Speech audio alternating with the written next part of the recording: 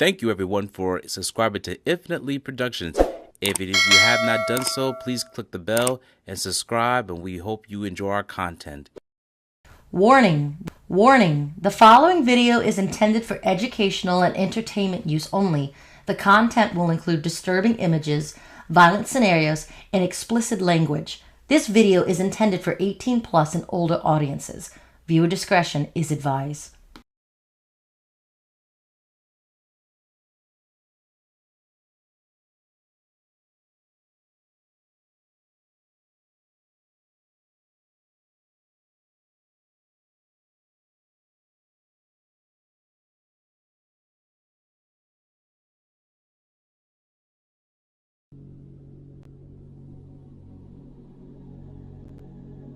As a result, Philip Testa was killed by a bomb placed under his porch.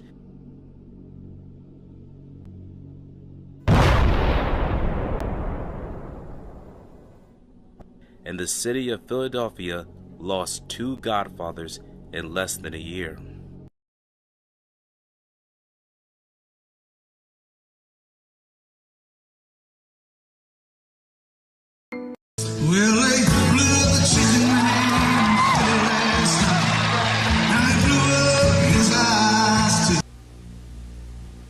In his play Julius Caesar, Shakespeare warned, "Beware the Ides of March."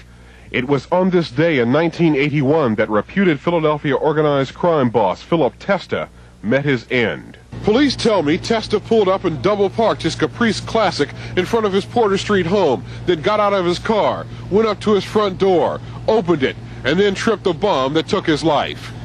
That's about 2:58 a.m. Testa came home, double parked his car here, went up the steps. As he went to open the front door, there was a blast. And as you can see what the explosion did, he was taken to St. Agnes's Hospital then, and he was pronounced dead at 4:15 a.m. By dawn, Philip Testa's family members, including his son and friends who had gathered at St. Agnes Hospital, filed out in stunned silence, some covering their faces. They had wept openly in the emergency room. A woman believed to be Testa's daughter was seen wailing near the bomb site. She was ushered into a neighbor's house and then quickly away. As the bomb squad checked Testa's second car, it was clean of explosives. Many windows in the area were broken. The two elderly ladies next door had severe damage to their home. They were taken away by a relative. One of them, Miss Helen Hart, has lived here for 40 years. For 15 years, Ray Bardo lived down the street from Phil Testa. He was a gentleman, he was kind, and he was always very nice to the neighbors. It was really a shock for us. You never saw the other side of his life? Huh? No, never. Philip Testa's associates tell me that he spent the last night of his life here at his Old City restaurant, known as Virgilio's. Outside the Testa home, I spotted one of the last persons to see Testa alive, the manager of Virgilio's, who refused to give me his name. You were the manager of his restaurant? Right. When was the last time you saw him? Did you see him last night? Yeah, he was there all night. And what time did he leave? I left before him. Did he say anything last night? Did he seem to be upset or know that he was in danger? Very good mood. So, on this frigid Sunday morning in mid-March, Philip Testa is killed gangland style, right on his own front porch. It was less than a year ago that his former boss, Angelo Bruno, was killed in front of his South Philadelphia home. It was last month that Testa and 9 other Philadelphia organized crime figures were indicted by a federal grand jury. Testa's killing today is no surprise to Philadelphia police. Vernon Odom, Channel 6 Action News in South Philadelphia.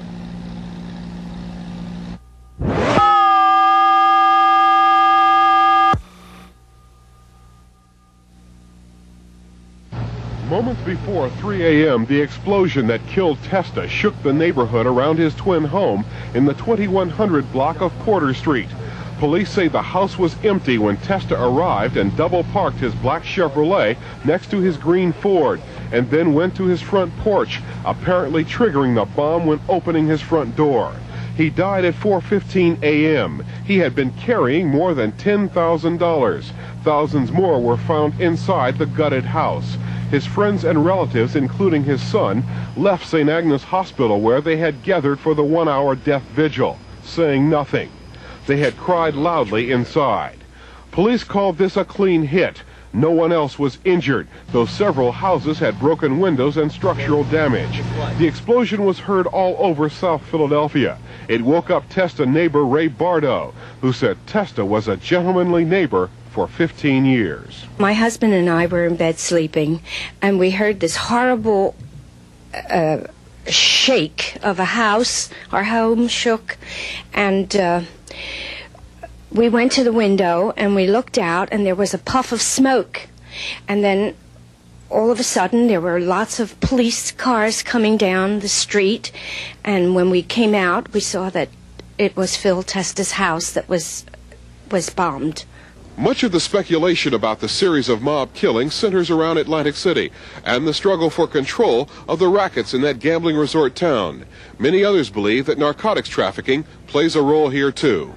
Vernon Odom, Channel 6 Action News in South Philadelphia.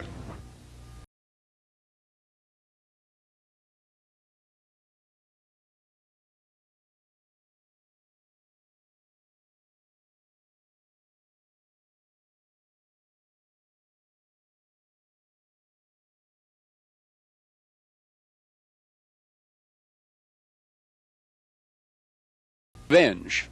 This is the 1980 report of the Philadelphia Crime Commission, authored in large part by Gino Lazzeri, former FBI agent. We talked by phone tonight about Rocco Marinucci. More or less identified basically as a guy that likes to talk. He's a tough guy, let's just say that, tough little guy. Exactly 1 year ago tonight, Phil Testa's house was bombed, and a van which they say belonged to Marinucci was parked across the street, and there's speculation that he was killed today in retaliation for having killed Testa. That makes a lot of sense, Mark, in view of the fact, that Testa has some family left that's still alive, and possibly someone would, if someone would pass on information that so-and-so was responsible for the killing of your father, I think that, being Italian myself, I think that I could understand some reasoning behind it. Although I'm not for a minute suggesting that anyone in the family is retaliating for their father in this particular case. All this violence started here 2 years ago next Sunday, March 21st, 1980. The local godfather, Angelo Bruno, gunned down in front of his house on Snyder Street. Since then, a dozen mob-related deaths, and experts like Gino Lazzeri don't think it's over yet.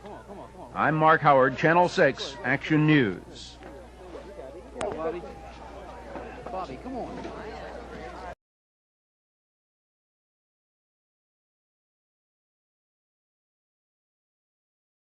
Thank you for watching this video. Please subscribe to our channel and check out more of our content. Feel free to give your feedback and suggestions on what we should do next in the comments. This is Infinite Lee Productions. We love ya.